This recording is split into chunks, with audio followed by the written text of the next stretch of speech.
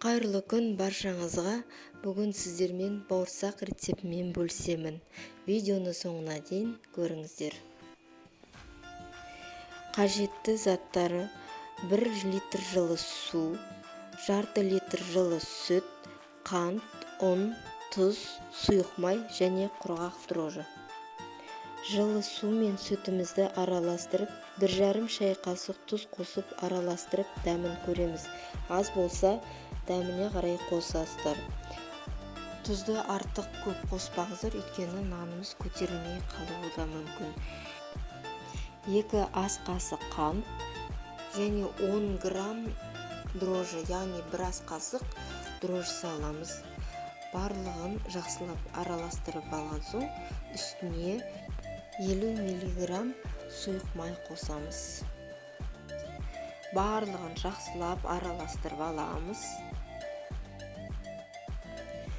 Және 53-тен өткізілген ұнды араластыра отырып, шетінен қосып отырамыз.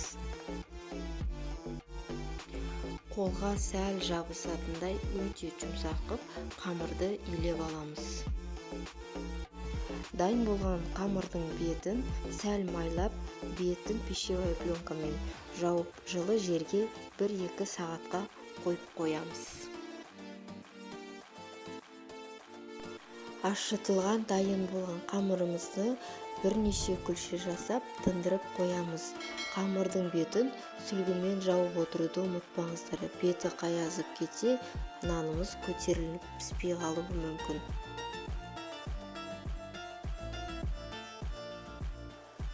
Тынған күлшелерімізді қалыңдығы 1 сантиметрден жұқа, 1 сантиметрден қалың қылмай, барлығын бір келкі ғып жайып аламыз. Нанымыз жұқа жайылып кетсе, қытырлақ болып қалады. Жайылып болған қамырды өзіңізге ыңғайлы ғып, төртбұрыш қылып кессеңіздер, немесе осындай стақанменен кесіп форма жасап алсаңыздар болады. Стақанның жиегін майлап кессеңіздер, оңай кесіледі. Табамызға жарты литр май құйып, қыздыра береміз. Май қызғанша келесі күлшелерді де жайып, кесіп, дайындап аламыз.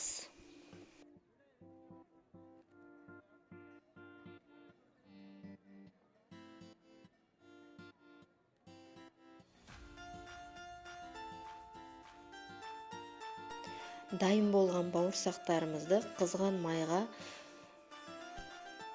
табамыздың жиегіне сырғыта отырып, бауырсақтарды салып аламыз.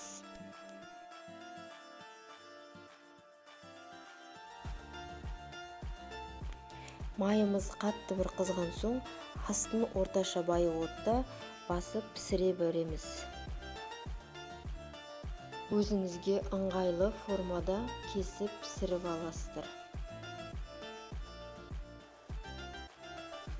Осы рецепт бойынша 7 күлше шықты. 5-еуін бауырсақ пісіріп, қалған 2 күлшеден белеші жасадым. Белешінің жасалу жолын алдағы видеодан көрсеңіздер болады. Бауырсақтарымыз дайын, пісіріп көріңіздер, лайк басып пікір жазуды ұмытпаңыздар. Ас болсын.